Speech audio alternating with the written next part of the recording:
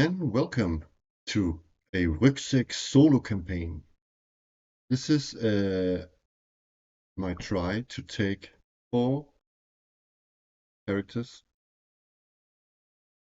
those we have up here, through a campaign that I wrote on, where did it go? I rolled it randomly in the Tome of Adventure Design, and I got the following location: the Flesh-Marsh. The Flesh-Marsh of the cursed willow tree. That's a hard one to see. It's to say. Yeah. So before I introduce these lovely individuals, I'm just going to quickly run through my setup. I have this page where when I mainly narrate the story. I'm going to use this page and my trusty dice. Cool.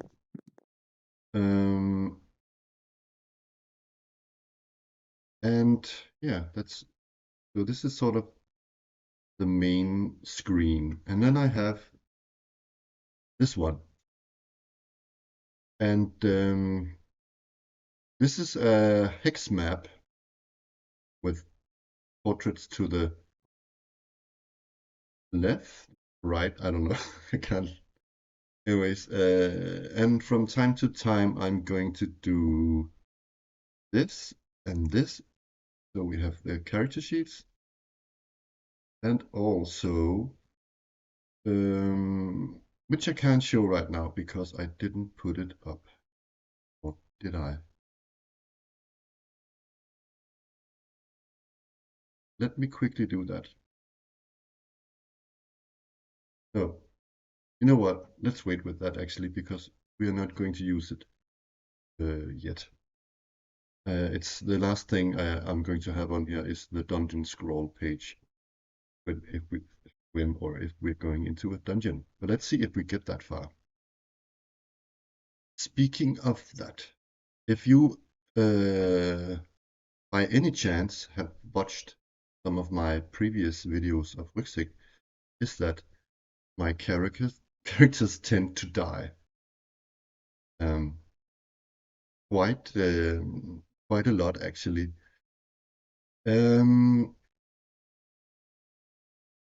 So I made a little change in the Rügsæk rules, and you are going to see that hopefully as we go along.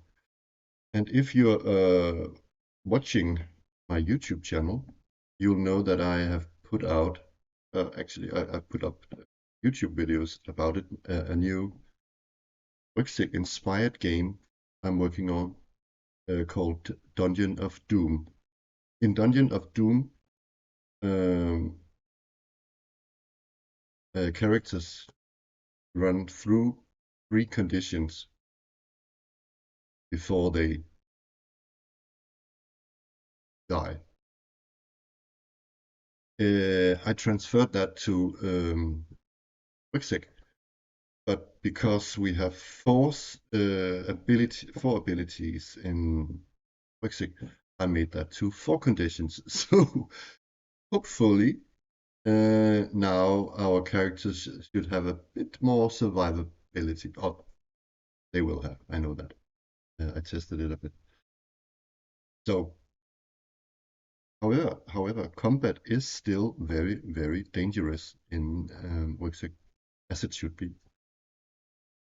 As mentioned earlier, combat is always the last resort. Yes, let me jump back to the main screen here. And yeah, what else do I use in my setup? I'm not going to show you, and that's another thing. Learned from experience that I wanted in the previous videos to show, kind of, take you along to show you how do I do solo play, and I use quite many resources, external resources that are not in Rügsæk.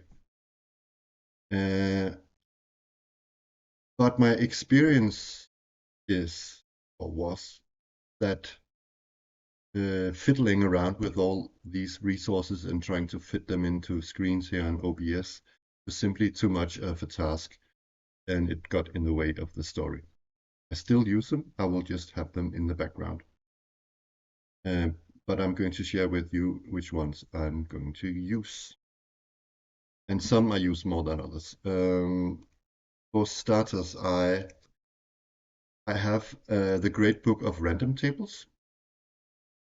And then I'm going to use the Monster Overhaul. And then I'm going to use, maybe I'm going to use Mythic for some extra Oracle tables. Then I'm going to use the Sandbox Generator for the some of the dungeon procedures and the rules for settlements. And then if we get into, if I should ever run into some gonzo stuff, I have the Dungeon Dozen ready. It's a book full of gonzo tables. It's quite silly and rather good. And then as a main source, I'm going to use GUM, the Game Unfolding Machine. I don't think I'm going to use Tome Adventure Design per se, but I use it to generate the location. It's simply too hefty for me to use in videos for YouTube. It would take too much time, and I don't want the resources to be in the way. Yeah. So yeah. Oh yeah, about the hex map. I use Hex Kit 2 for the hex map, and this is just the really old school looking basic map template, not template, but icons that followed along with the program. I do have others, but I wanted a black and white look, so it was a fit for that. Yeah. I guess that's it. Now that's out of the way, I think we should introduce the characters. And I'm going to start not from left to right, but from to the right and jump to the left, because I'm going to introduce Jurita first. Ah, okay. Jurita is from, let's get the map up. You won't be able to see it, but Jurita is from a small hamlet to the south of Drytuft. You can see Drytuft here, this little town in the middle there. It's actually a village, but Jurita comes from a small hamlet south of Drytuft. Jurita has only been to Drytuft as a child many years ago, and only on few occasions, but she knows of the town. But the thing is that Jurita has been to the capital for many years, studying at the Dragon Dancer Academy, an academy that educates phenomenal dragon slayers. So, however, she has returned to her hometown,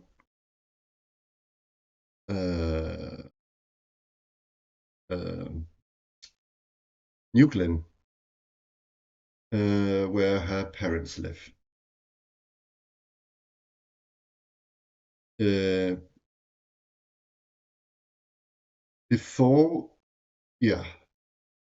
Let me state a situation, sort of the premise for the adventure, because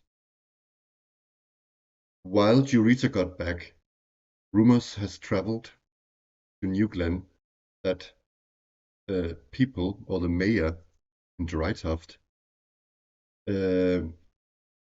has a reward out for those who can investigate recent what do you call it, events. And these events is that fishermen and reed harvesters return frightened to Drytuft, saying that they have seen walking around in the marsh and the swamp area, the living dead are walking around. And they have been seen near the sacred grove, which is a sacred place to Drytuft. It's a small grove of trees where they do their religious rituals. So there's a reward out for those who can look into this matter. But it's twofolded, because if the town or the area has a situation of where the living dead are nearing their town, it's quite a handful for the town. So they need adventurers or able men to look into it. There is another thing that is known far and wide, and that is that in the olden days, the people of Drytuft used to, when people died of illness or when there was a plague or something, they used to dump the dead bodies in the swamp east and northeast of Drytuft. So rumor has spread that it's now the dead are now returning. And there is another thing. People say that it's all connected to the cursed willow tree that's far, far into the swamp. And there used to be another Drytuft closer to the willow tree, but because they said that the willow tree cursed the area, they moved Drytuft to the edge of the marsh.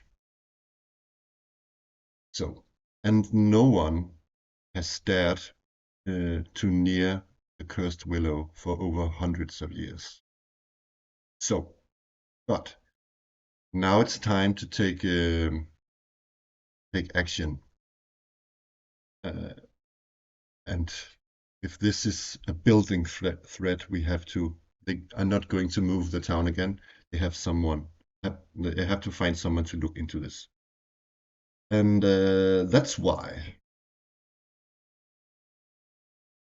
these other three characters to the left of Jurita have come to town. They have just arrived. They don't know each other. They have just arrived to Drytuft because rumors have spread far and wide that the mayor has a reward out for those who look into this matter for the hefty sum of 100 coins. And Jurita has also traveled to Drytuft to volunteer for this task.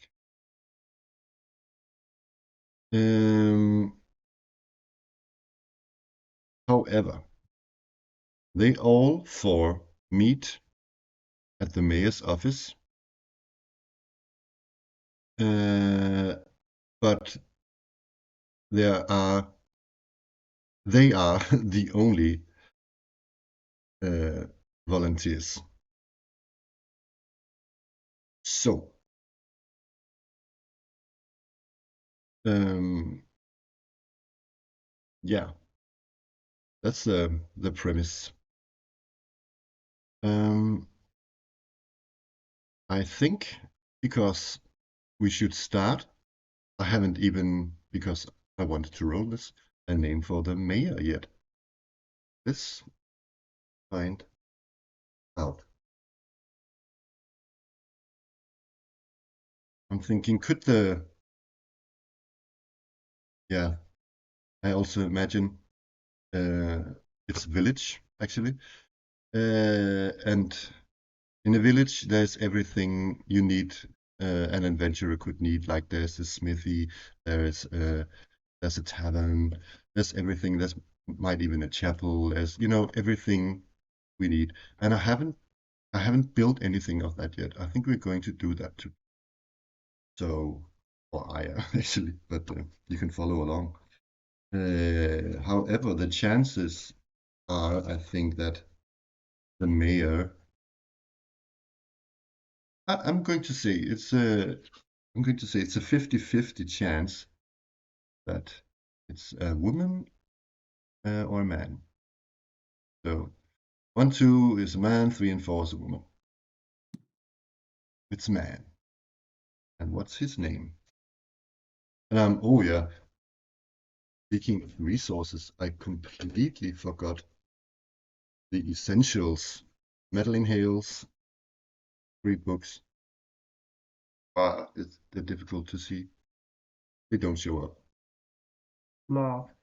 Yeah, I'm going to roll an mayor name from Table Fables 1.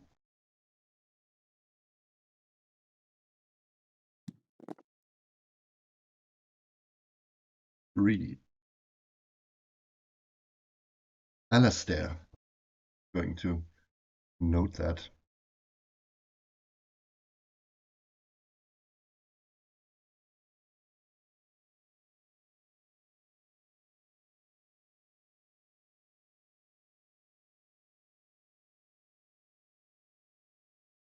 I think I'm going to call him McDough. I don't know why. McDough. Dough. Like dough. Um. Okay. So I think the mayor is looking rather nervous. I think he's kind of looks like he's he's a bit round man, kind of look like dough maybe, and I think he's sweating. And this is not a town or a city, so I think the mayor's office is is just like in his study in his house. Uh, and I think that he's looking rather nervous, and he's looking. Are the others outside? Is it just you? And he's looking out the window down the road, and nobody seems to be coming. Um, and I think our characters are just somewhat just silent, um, and I think that Dorian thinks, hmm, I could take this mission alone, but yeah, I have to share. But okay, let's see. Maybe they can be helpful. Um, and Ruben, I think he's just standing in a corner with his lute and fiddling around with it. Maybe he's tuning it. And Bessie, she's just really helping him out with the words. I think he's sort of really indulgent and helpful. And oh yeah, it's no problem. We can fix this for you, and like all goodwill. Uh, and Jurita is sort of lost in. I think she's not really paying attention actually, because she's looking out the window trying to see if she can recognize anything from her childhood, stuff like that. And we are in her head now, and then suddenly he says, Okay, it's a done deal then. And she sort of wakes up from it and says, yes. I suggest, this is the mayor speaking, that you go to the sacred grove first and make sure that there aren't any of these uh, uh, ghouls or living dead near the sacred grove. We can't have that. Um, and of course, you can have a free stay at our inn here. Um, I'll even give you separate rooms. There aren't many these days because of the rumors, and etc. etc. Yada yada. Okay. So, and I think that yeah, Jurita was sort of lost in her in her own mind. Yeah, and Jurita. Let's start with her.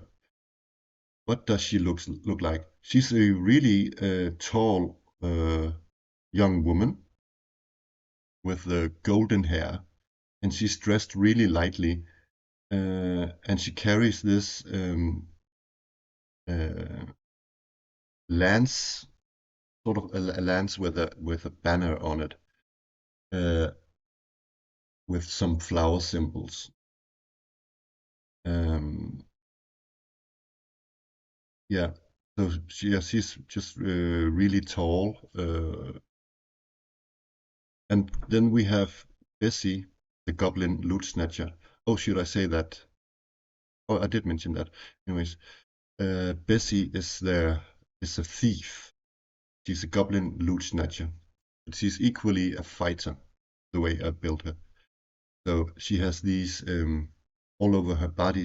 She has these sort of tentacle scars, or like from a yeah tentacle, like a squid. Um, she does seem rather um, jumpy, and she's sort of looking over her shoulder and out the window and stuff. And when she's not doing that, she's really, really friendly and maybe almost over friendly. Uh, like, yeah. And then we have Ruben, who is a tattered troubadour. He is mostly, I think he's like, he's a former jester. That's my idea about him. I know he looks a bit like Salvador Dali, but that was more like an accident because I I drew him and then suddenly I added mustache and then he all of a sudden looked like Salvador Dali. But yeah, he's sort of in it for the stories, and story and glory. I think he's not. I think he's almost sort of half crazy. I don't even think he's aware what he's going into, but he just uh,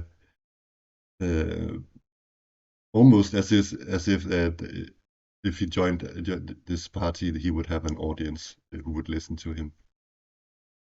Uh, yeah, and then we have Dorian. He is a interesting fella. He is also quite tall, but I don't think as tall as Jurita.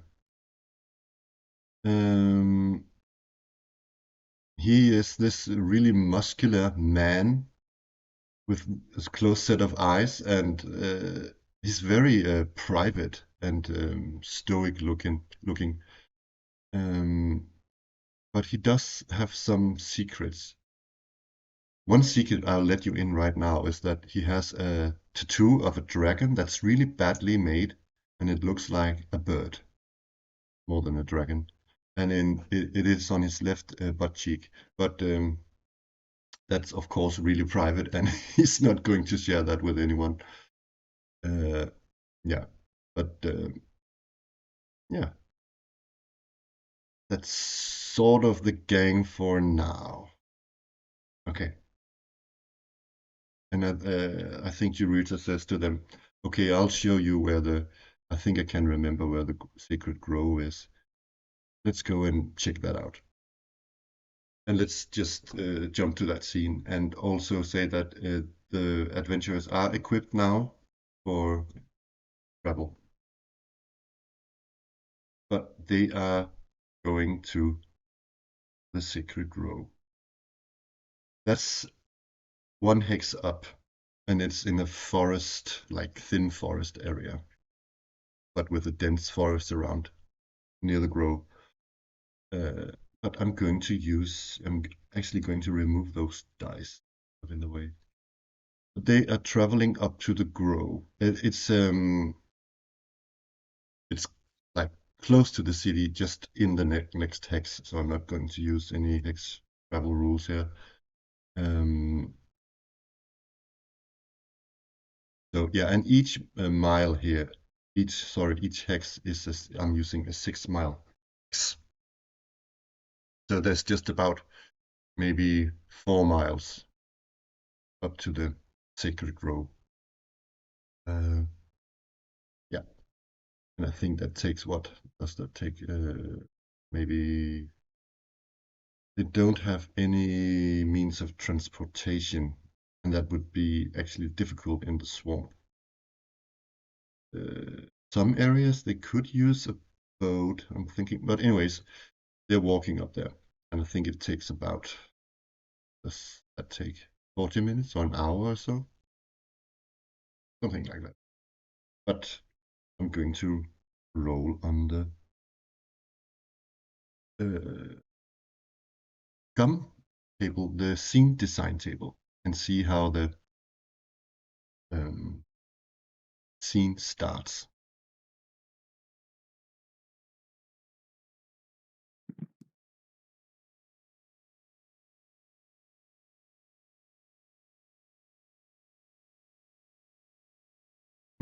I got the following.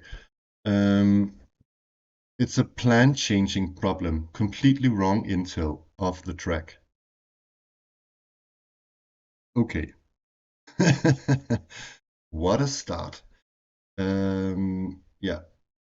Let me just describe the grove first.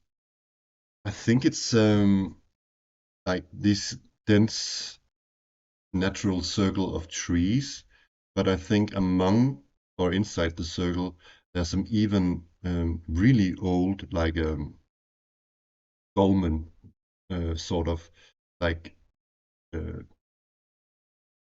like stones, not Stonehenge-ish, but stones that looks like they were put there for thousands of years ago, and maybe they're a bit ruined and stuff. And there's this altar thing where they put flowers and where they sacrifice stuff at. But yeah, they arrive here. Okay. What could the wrong intel be?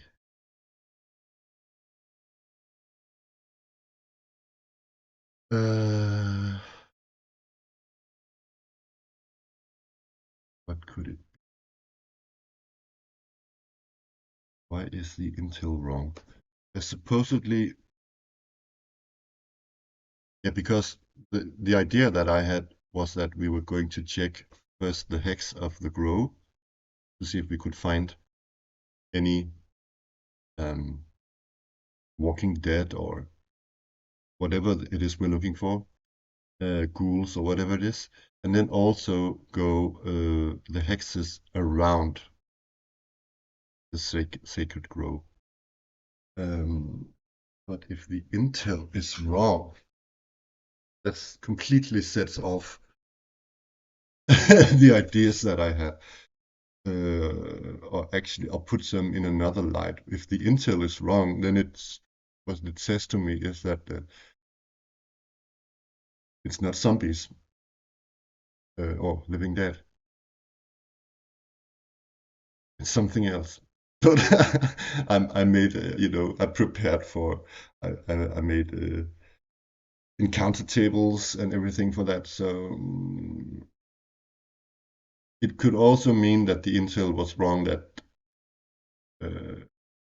they're not only being seen. It could also mean that it's completely overrun and they're by zombies by now, or these Walking Dead, or and they have and that we actually find somebody murdered or something, or we are actually ending up in the middle of it. Huh. I I don't think I want to change the premise of the story. That would be, I mean, take it a notch too far. Think.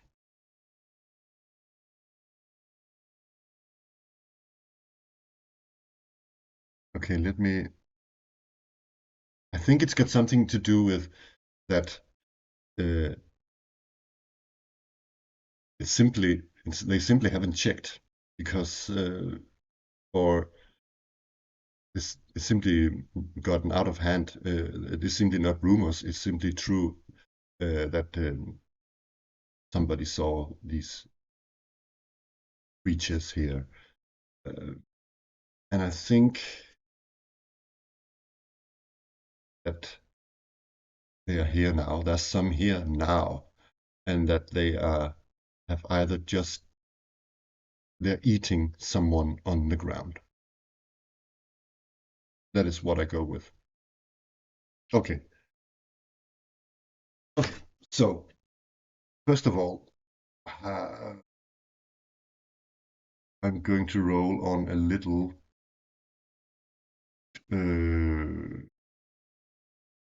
encounter list I made. Okay, interesting.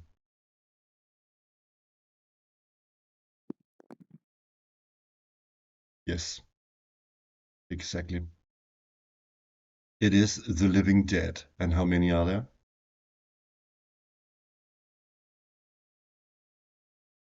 I think they walk in groups. Oh my God. I'm going to say, I hope not, but I'm going to say that it's D6 plus 1. I know. I will roll a 6. Yeah, next worse. So, there are 6 zombie-like creatures devouring someone. Or it could also be an animal, actually. Maybe a bog boar or a horse or something. Okay, well, 50-50. Is it a human?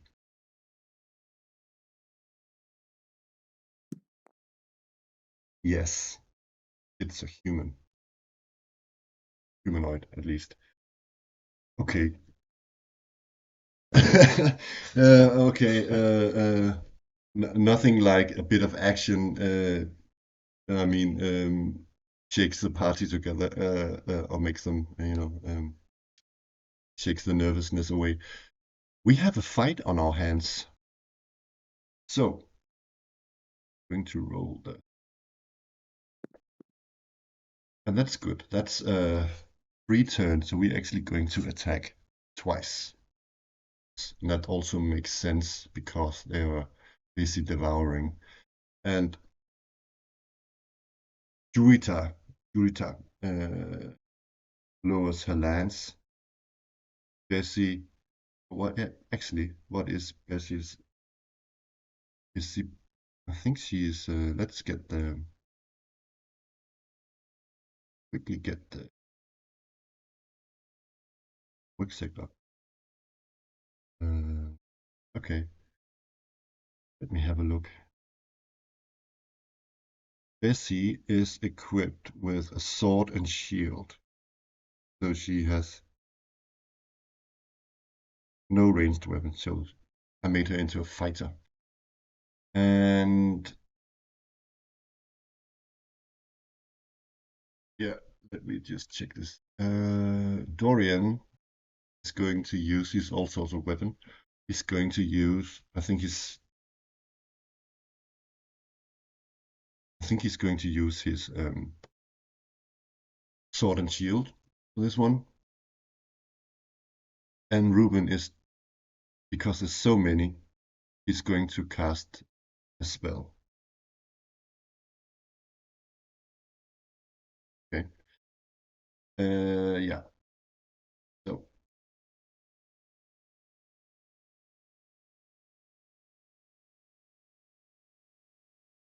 whoopsie. Oh, sorry.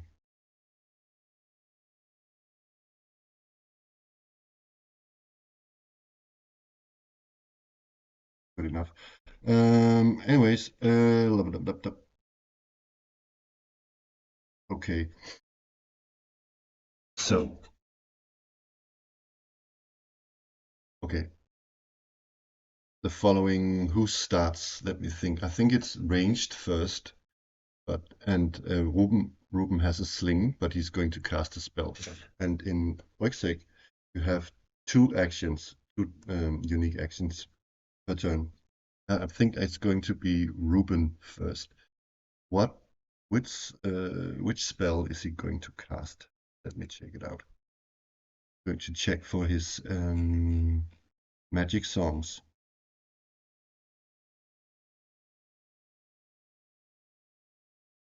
Where are they?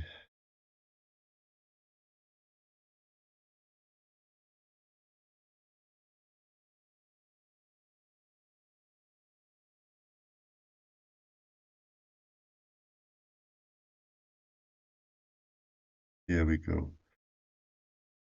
He can either buff one of his teammates with some sort of buff. He can...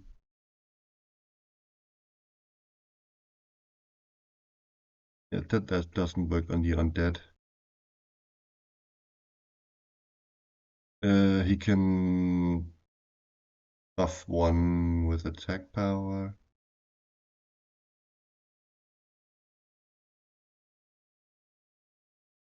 He can also heal. He can also just make it like an attack. So I think I'm going to use this following spell, Disonatic Didim. And the thing is that troubadours, they have to make a brains test. And these zombies are just an 8 in difficulty. But so the difficulty is, based on the surroundings, and the surroundings is that they're in a fight, but was not with a difficult enemy.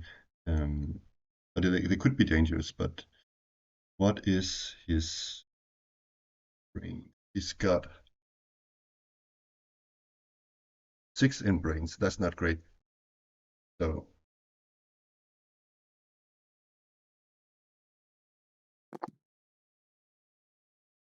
sorry, guys, gone. There we go. I just have to find them again. That's bad. What he does is he is rummaging through his Rügsæk after the notepaper, and he does not find it. Which means he can't cast a spell. So what he can do, he can just make a normal attack with his sling. He's going to do that.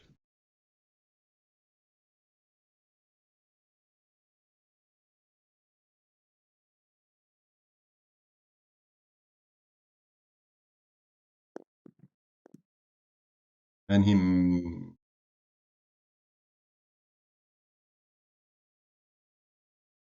I think they're quite easy to hit because they're moving so slow, and right now they're sitting on the ground. So he has +1 to the roll, and they have no armor, but it's still a miss. So it's maybe I should make a rule that a troubadour loses his turn if he can't find it. But for now, let's just keep with the rules as they are. Whose turn is it? I think it's Dorian. He attacks a zombie. And I think we should maybe get the character sheets up and quickly arrange it so we can actually.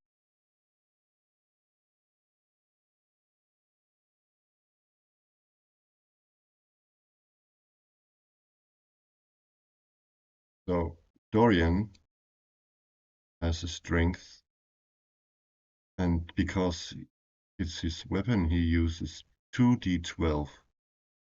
His advantage with sword and shield. Yes. So that's 10 in total. So that's 6 points of damage. So one of the whoopsie, sorry, one of the zombies is down. I'm just going to keep track of them here. There are 6 of them, and one is down to a. How much damage did I say it was? 6 points of damage. So he's down to a 2.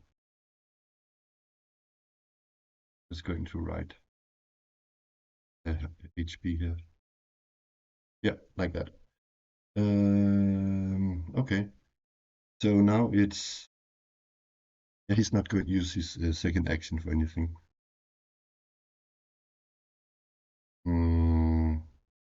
Let's say that it's Bessie. She's also attacking with her sword. What's her numbers? It does not have advantage.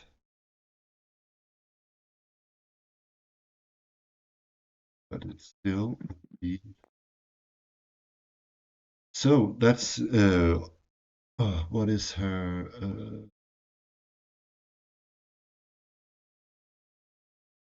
She's +1. So that's 7 difference. I'm going to say that she's actually attacking another one.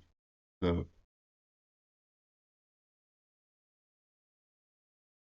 okay, down to 1. And now it's Jurita. She has advantage with her. She's going to attack a third one. What is her? I'm still not used to their abilities. She has strength 8.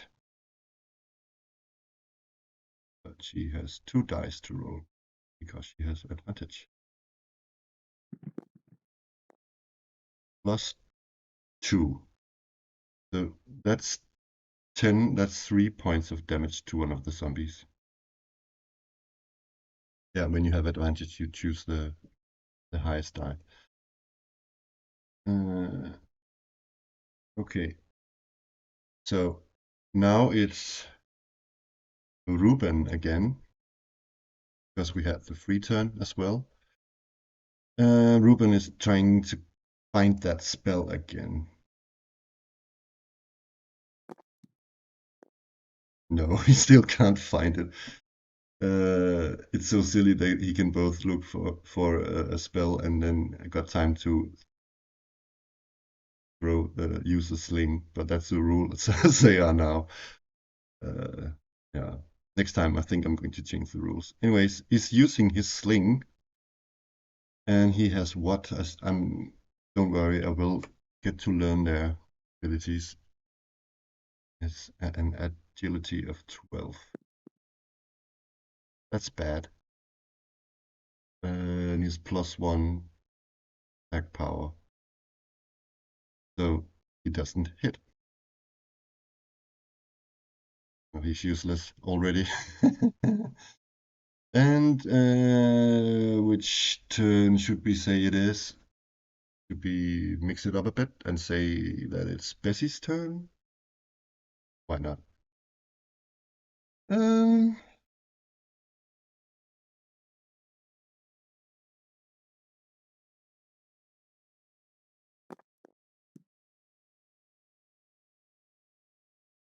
Did she have +2 or +1? I can't remember. Just a +1. So that's 3 points of damage on the one she was on before. So that one goes down. So zombie withers away. Let's remove it completely. And now it's Dorian's turn.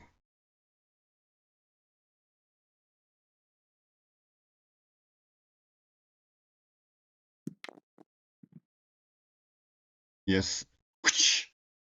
He strikes it down. Okay. And now it's Jurita.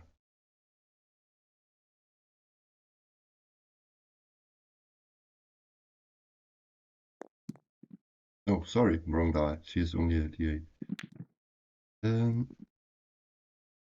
Okay, and a +2. So it's 5. So that one she was fighting before now goes down and dies. Okay, this means that there are 3 zombies still alive who hasn't taken any damage. Yeah, and it's their turn. So one of the zombies attack who? They're all available. And didn't just count round the horn. So 1, 2, 3, that's Bessie. One of the zombies attack Bessie. And she has what in armor value? She has a +2 because she's using a shield and has leather armor. So the zombie has +1 to his roll. So, oh dear. So that's 8 versus 6. That's actually 2 points of damage to Bessie. Make a note of that.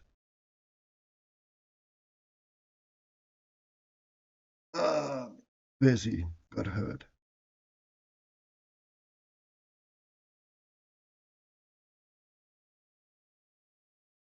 Should actually my tablet or my tablet with drawing pad in and so I can write.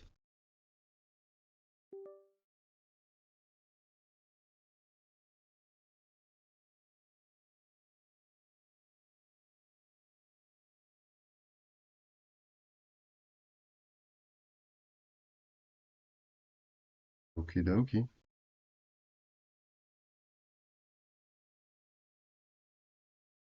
So it's another zombie now who is attacking who? That's Dorian. And Dorian has advantage with blocking. So with his shield. And so that's 2. Yeah, no problem. He just flings it off. And the last zombie is going to attack Ruben. Poor Ruben. He's screaming. Ah!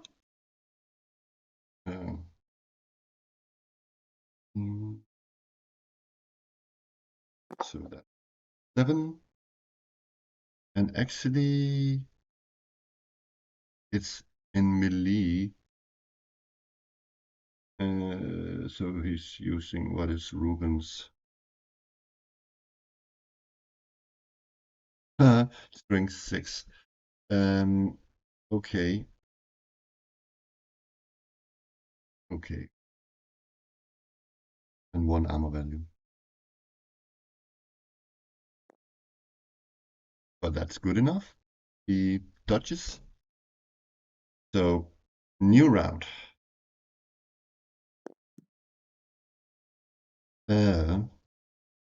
Okay. That one means that everybody who is in combat on our side loses 1 hard point.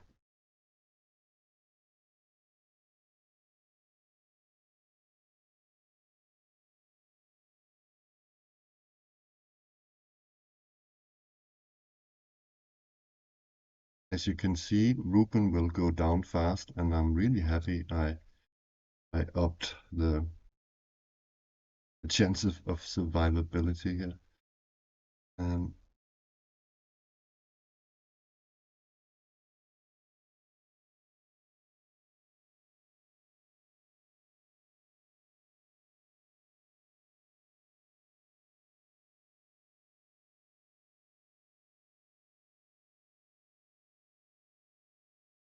Oh,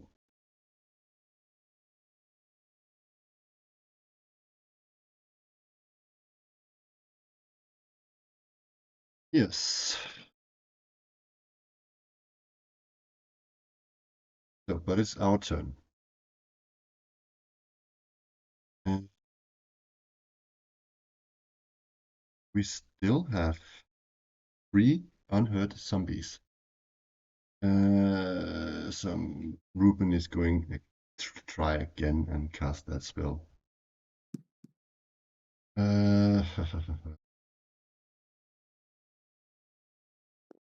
No! But oh my god. I think I have a rule that you can't, because my combat takes places in abstract zones, and you can't fire in a melee zone. So he has to jump or use one of his last action to move away. But when he moves away, one of the enemies gets to try and get a hit on him. So that's Ruben is trying to run back, but a zombie is trying to snatch him. So he's +1, 8, and he has a d6, right? 6. He's taking 1 point of damage.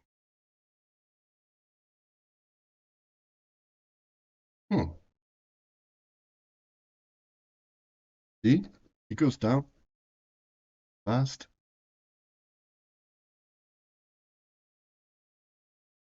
Igitt. Okay. But now Ruben is in a ranged zone. And who shall we say that it is? We say that it's Dorian.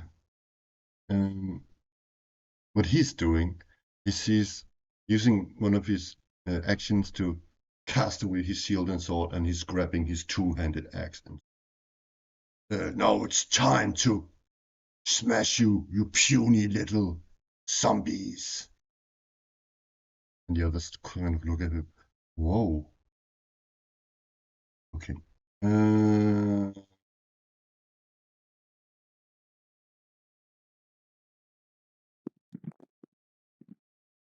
Yes. He just whacks one down. Perfect. And now it's Bessie.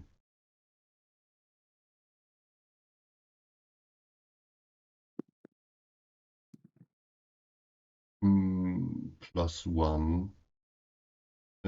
So that's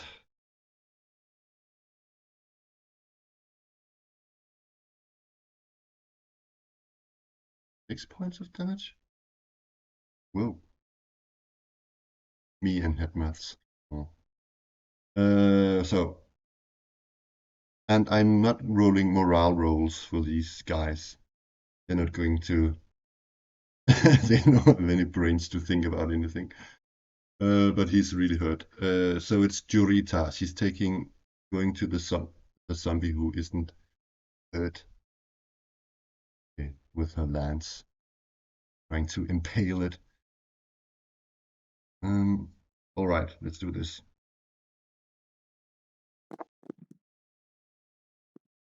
Okay. That's 9. So that's 7 points of damage, right? 4, 5, 6, 7, 8, 9. Oh, 6 points of damage, sorry.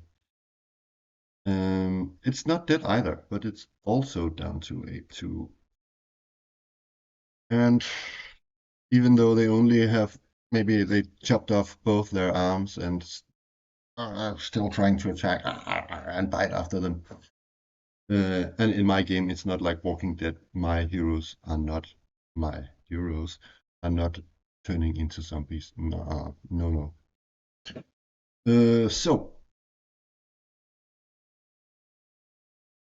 But I am thinking about, I haven't prepared that, giving them a little special ability, maybe like a chill touch or something. But tonight we're just taking it easy. Okie dokie. They attack who? Dorian. Okay. Rips. They are very brave. +1. 5. Yes, he manages to. Bing! Oh, sorry. He's.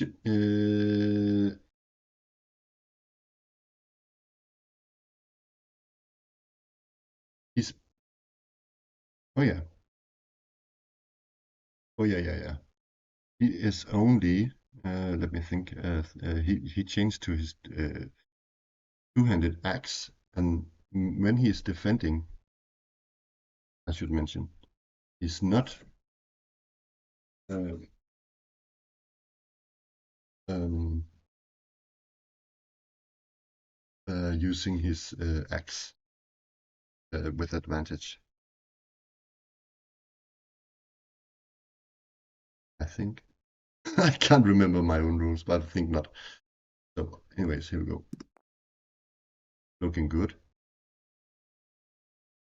Yeah, almost no need to roll here. Yeah. He dodges. And the other zombie,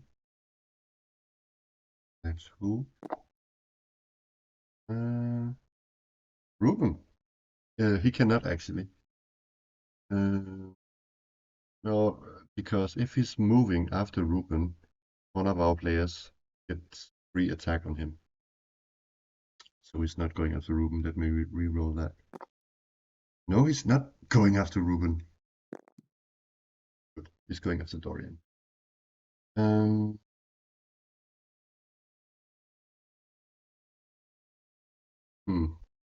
Yes.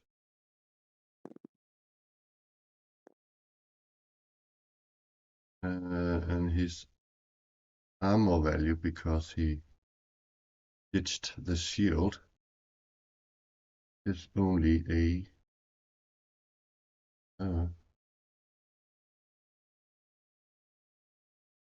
2.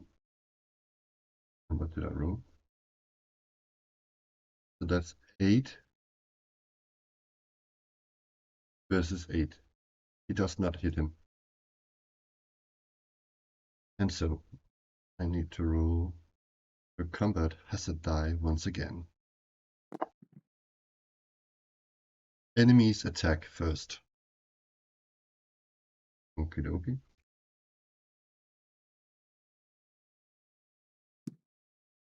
They attack Dorian. What do you know? Yeah. The other zombie attacks Dorian again. Tell me, does it always land on a 1 when I throw it out here? No. Almost. 6. Yeah. He misses.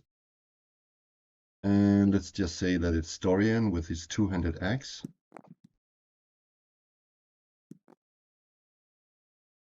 Yes, that zombie is dead.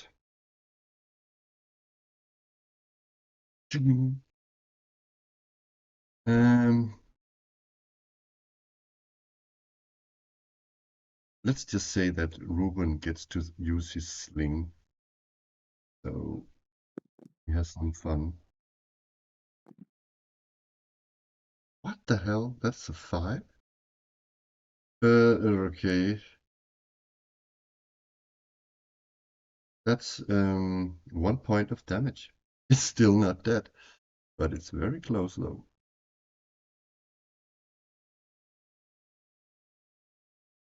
So let's have Jurita kill this last zombie.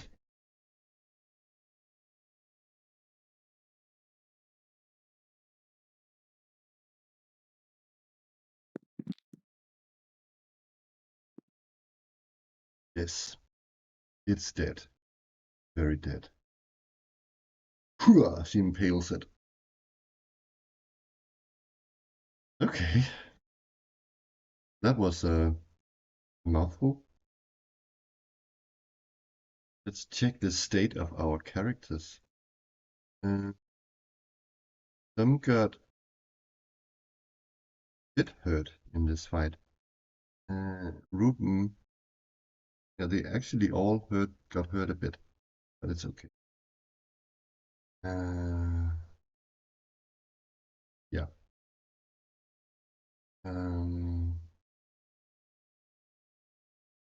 Hex math up again. And they all sort of look at each other and says almost a word each in this sentence. It's much worse than we thought. They're really close to town. Yeah. I think they're sort of discussing if it would be wise to continue on, and yeah, they're looking at themselves with they just went from the little village, little cozy village, and then just 40 minutes walk, and next they know it, they're fighting real undead. Two things. During the fight, it occurred to me a mistake I made. Yeah, and that is that I gave the fighting man the ability, or the you can that the fighting man can have three use 3 weapons, with which he has advantage, including shields, and that does not fit with the rest of the rules. Fighting man now only chooses 2 weapons with which he has advantage. The other thing is that I changed the rule. You know, when Ruben he failed to, he had one more action after he failed to cast or find the spell in his songbook. I changed that. So now, if you fail, the troubadour fails his roll, his search roll for the song, he loses his secondary action. With that out of the way, I think we're ready to proceed. And I think the first thing after they just took the first shock of them is that they check the body, the dead body. And what do we have here? Who is the dead person? I think it must be a person from town, but I think we need to roll him up or her up. Let's use the gum tables. And there is this table in gum where you roll on identity. And that's done with a 6-sided and a 20-sided die.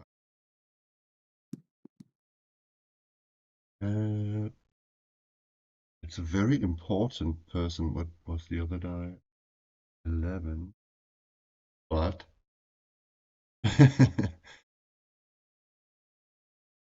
okay. Okay, sorry for gatekeeping you. It says ruler or governor. So my first two thoughts was that either it's another ruler or governor than the mayor, but I think it's the mayor actually. And now you're asking, how on earth can it be the mayor? Let us have a look at the map.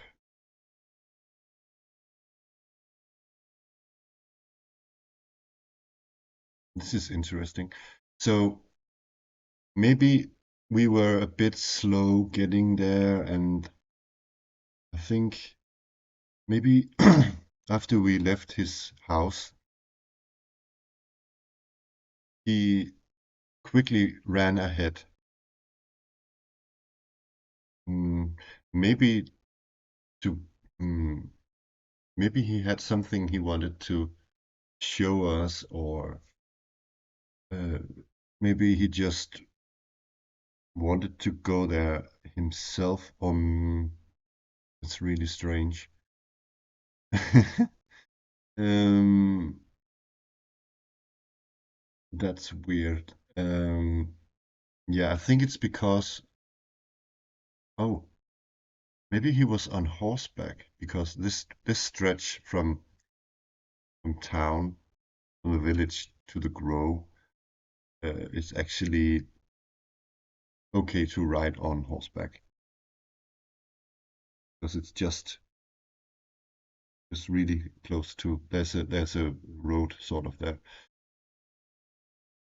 It's funny that we didn't see him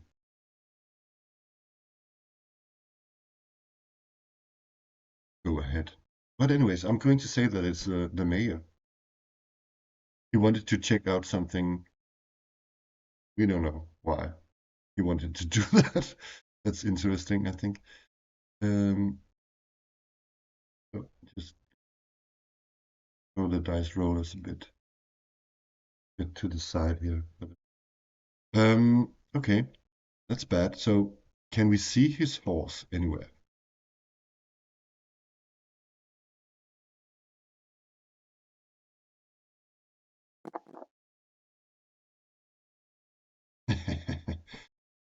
Yes, but it's dead too. So he did bring his trusted horse, and I think that it's, I said that there was these sort of in the grove, these sacred stones, this dolmen thing, and maybe one of the stones is sort of crooked or like a school. And maybe it's tied to a tree or something, so we couldn't see it at first.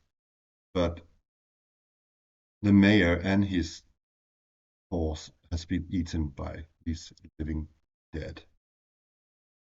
Aha, the plot thickens. Okay. So I'm thinking it's some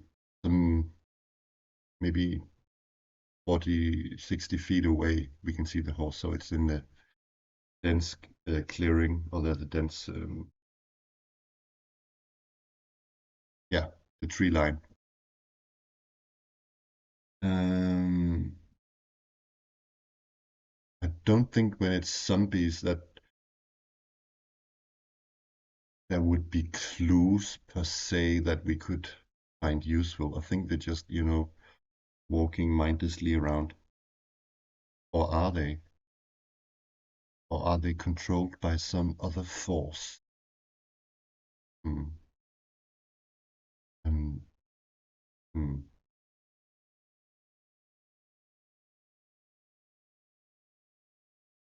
I was thinking about the role I made about that the intel was wrong.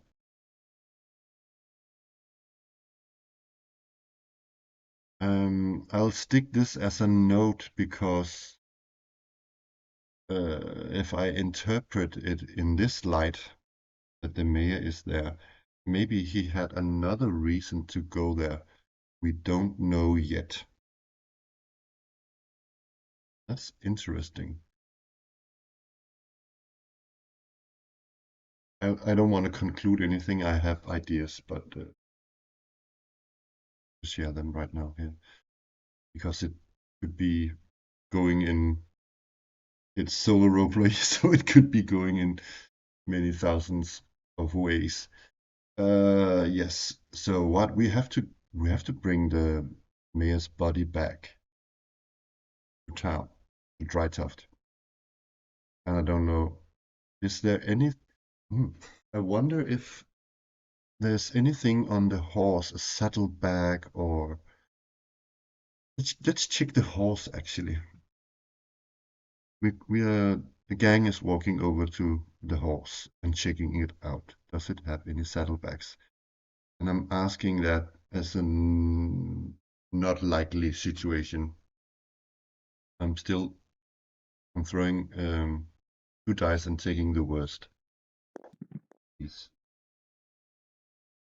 Okay. So equal. So there is a saddlebag. Okay, interesting. I'm going to use the gum table for subject, meaning, and action for this one. What's inside the saddlebag? I'm asking what's inside the saddle. And Jurita is bending down, taking up the saddlebag, making sure she's not getting any of the gore of the entrails of the horse on her fine dragon slayer suit. Items in an adventurous saddlebag. I mean, that's just, I mean, that's perfect. Let's roll that. Did not know that. 51.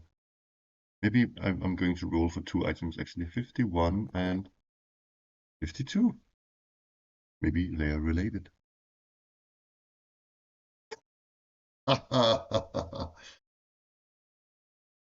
my god. This is so funny. It actually adds up to something I said before. About or a thing I had in mind before. Okay. Okay. It's actually a map of a dungeon. And what I read here is that it's a map of a dungeon underneath the cursed Willow. And on top of that, next to this map, there are loot strings, or a loot string.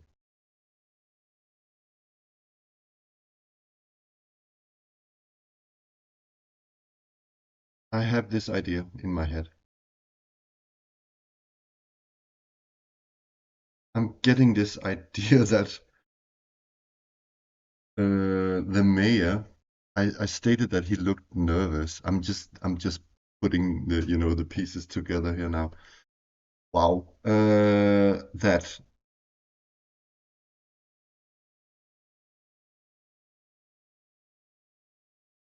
the mayor has a hand in this thing. He's got something to do with the living dead, in a way. I still don't know how, but he sort of got, I'm thinking he got sort of cold feet, or he made a deal with someone and is now having, second thoughts. So I actually think why he took off is that he knew that was because of the wrong intel, that the it was already over. He knew that the sacred grove was overrun by living dead, so he sort of, um, if the living dead was not there, I think he was going to hang himself in the loot string because he had, um, you know, he felt bad about, what he had done, and that he caused this. He's a part of this, and he caused all these things. So what he did was that he made he put a little clue to us at the same time for us to find, and that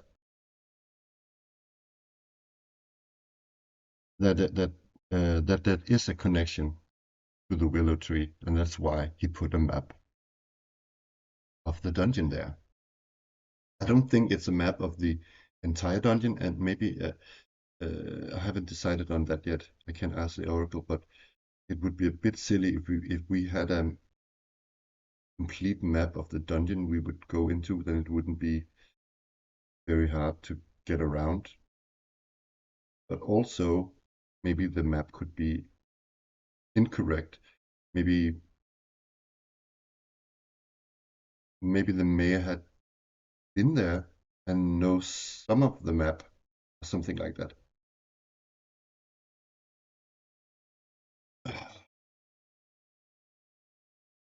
But I definitely think that this is one thing though. This isn't like 100% sure that this is what happened. This is just what the players uh, get out of this. They're thinking this, that maybe the mayor had a hand in it, and it looked almost like a suicide of some sort.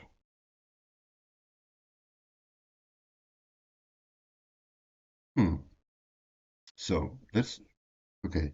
Let's keep it a bit out in the open, and let's have let's write that down. A map of the dungeon and a loot string. Let's write that. Uh, that's not so heavy. Let's put it in Bessie's magic loot sack. Um, Map of Willow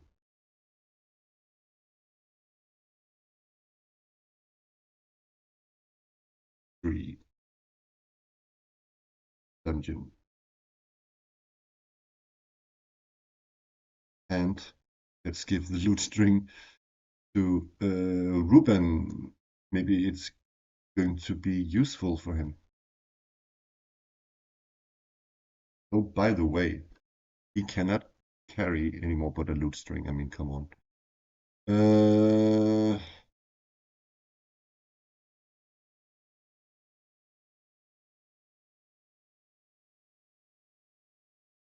I'm going to write it as a note here. Loot string. Oops, not loot. What? Loot string.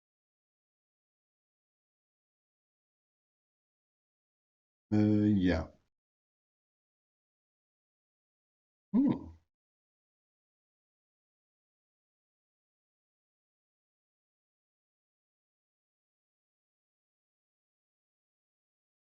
I just noted on the the stuff on the character sheet. Okay. The gang isn't going to, I think, I think they're discussing this on their way home, and I think while they bring the saddleback with them on over Dorian's shoulder, and I think that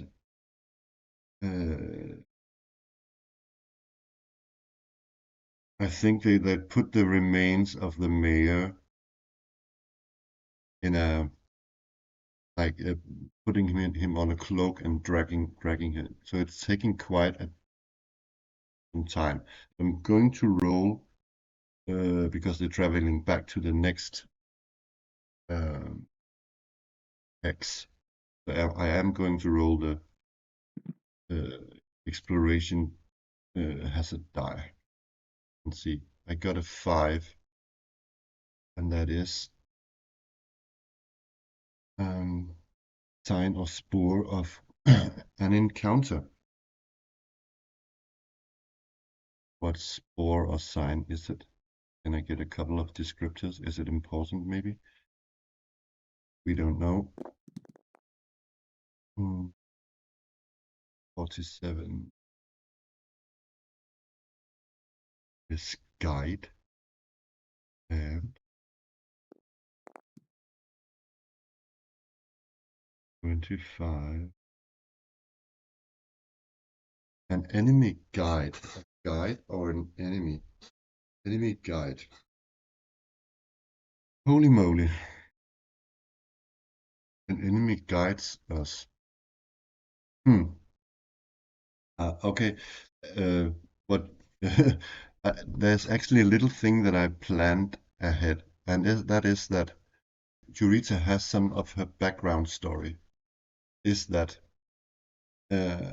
when she was in Drytuft as a child, her father had an quarrel with this strange lady of the bog. She is sort of a witch.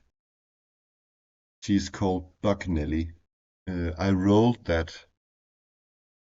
I had to use it for later because it was sort of a thing I rolled on gum. Is that someone you know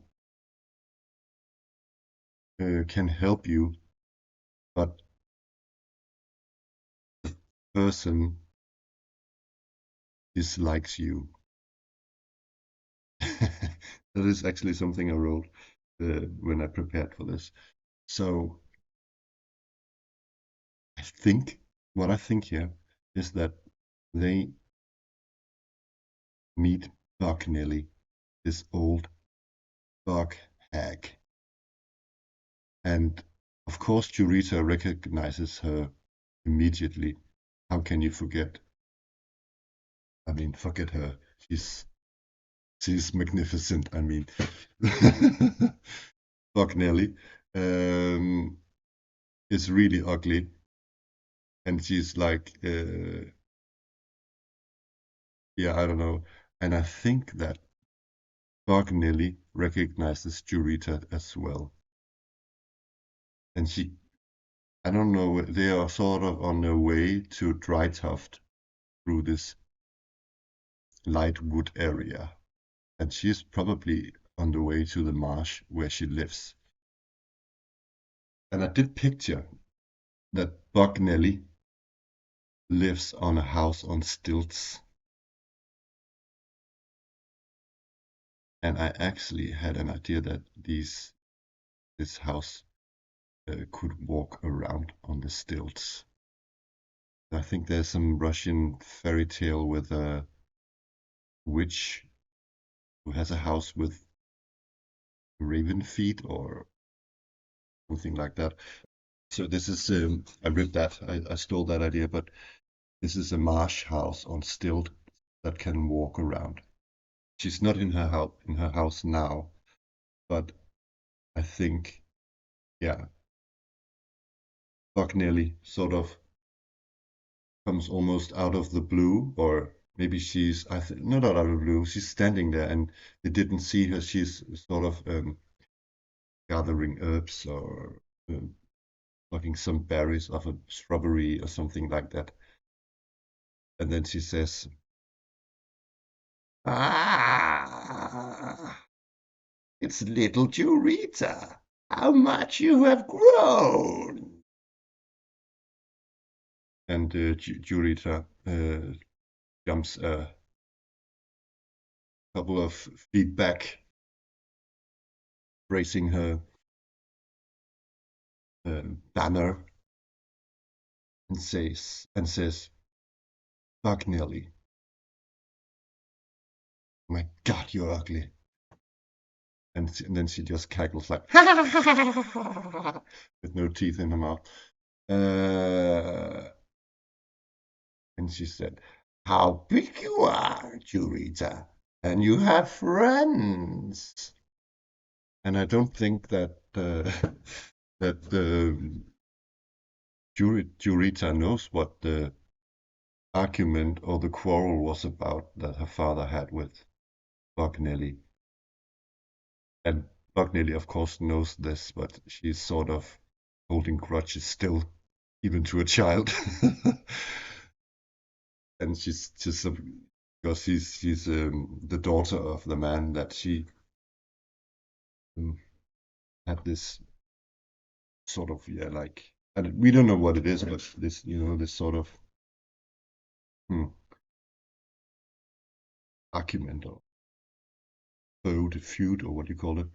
And okay, so yeah, and she says, Jurita says, "I'm not afraid of you." Now, Bucknelly replies, "No reason to be rude. I'm just here collecting lovely little berries. Here." And then she throws her some sort of blueberries, something like that. And then Bessie says, "Don't eat them. Don't even eat them. I know what you're up to, Hack. You want to poison Jurita." And Bucknelly just laughs again. "No, why would I do that?" And then Bessie steps forward and says, uh, hmm, yeah, what does she say actually? "Leave Jurita alone." Uh, oh God. And Ruben, he just like strikes a chord or something. And Dorian says nothing. Um, hmm, Bessie says something. She says, "If you are a bug witch, which you are, I know that we can ask a favor of you if we do a favor for you." And then this is the first time that Bucknelly she sort of opens her one eye. That, "How do you know this?" And Bessie just says, "I've been around. I know." Um, "So, what favor would you ask of me? And what shall I have you do in return?" Um, do we need any information? Okay, I think Ruben steps forward and says, "Oh, my name is Ruben. I haven't yet established a surname for myself, but and then he just like bows elegantly. "And this is not a request. This is not but I'm humbly asking you uh, uh, whether Uh, how well do you know this bug? Do you perhaps know anything about these um, these living dead who's walking around? And do you know anything about the cursed Willow? Do you have information regarding that? Yes, I do. Yes, I do. Yes, I do. And she says, I saw the poor mayor riding frantically into the grove. And I I know. I know why he was such in a hurry to meet his end. Poor man, poor silly man. I mean, that's what you get when you mess with. I mean, when you make bargains with the underworld. Um, okay, that's mm-hmm. And Dorian, he just looks like stoically on the little woman, and Bessie just but he squints with her eyes at her, very trustful towards her.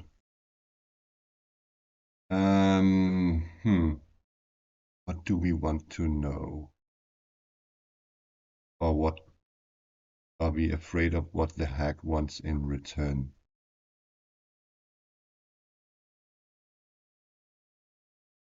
I think I think if this if this living dead problem is going to be,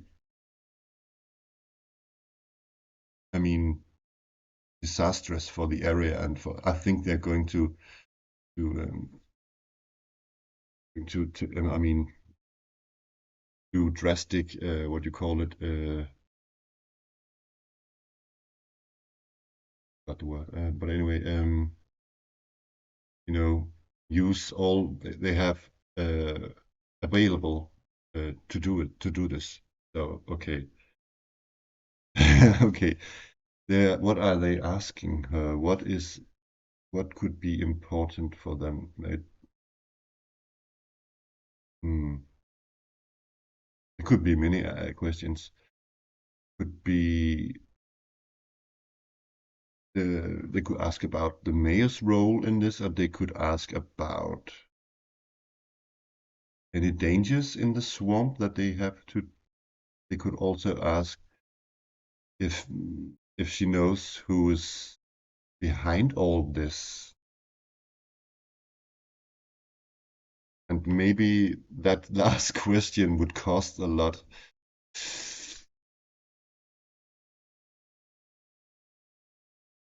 I'm thinking that that is the question.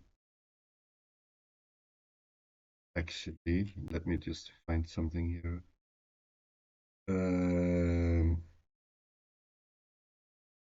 Okay.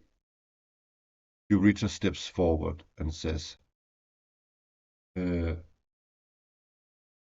"We have to. We need your help, Bugnelli. We need your help." Um. Yes. Yes. Um. Who is behind this outbreak of the living dead? What's behind it? Is there a source? And Bugnelda giggles, and then she says, "Yes, yes, it is. It is actually a man, and his name is. I'm giving you his name, and his name is like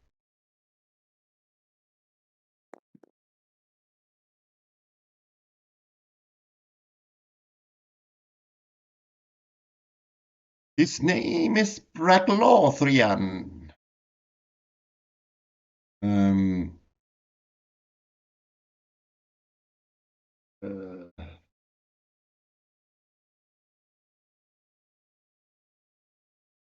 And he is what you would call a necromancer.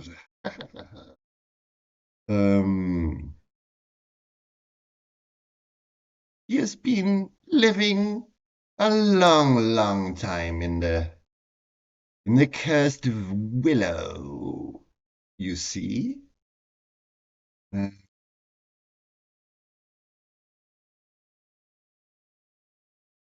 Yeah, I'm just thinking because I'm using the Monster Overhaul. I'm just looking at a necromancer here while I'm talking. Yes. Braglorthian is the source of all this. He is very powerful. You should turn around and walk away. No, before you do that, actually, I forgot that we had a bargain. I need you. Something for me. And I'm going to roll on the mythic to find out what that could be. The mythic action table. And but didn't I roll that before? Okay, let's try this.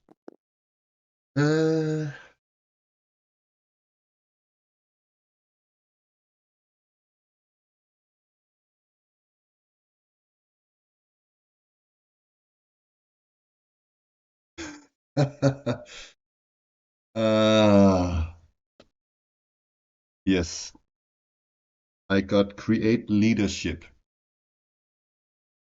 That could mean two things. We don't have okay. I don't think. Maybe she does. Maybe Bugnelli wants us to find a new leader for the town because it's the best for the area and then for her too. But it could also mean that she wants us to kill the necromancer. Braglorthian.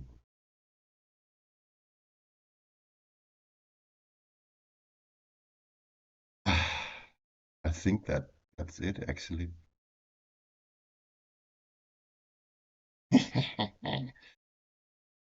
Bring me Braglorthian's heart. And so okay, wait a sec.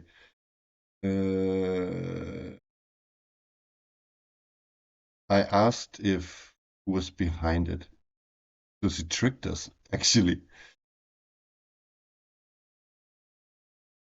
Yes, she tricked us. Because it wasn't really a help, was it? She just gave us the name of a man that she wants dead. But I mean, it's a win-win situation. So do we. But I wasn't sure that we were going to fight a necromancer. But I guess it makes sense that it's a necromancer who's behind it because, I mean, so he controls the living dead. Mm-hmm.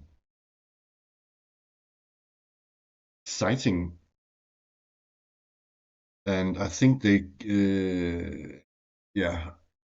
And before they say goodbye to Bugnelli, she says, or they ask her, "How do we find you again? How do we find you again? But we don't know where to go." And she just says, "I will find you in due time." Okay, and they continue towards town with the dead body of the mayor, and this is where we stop. for the night. Bye bye.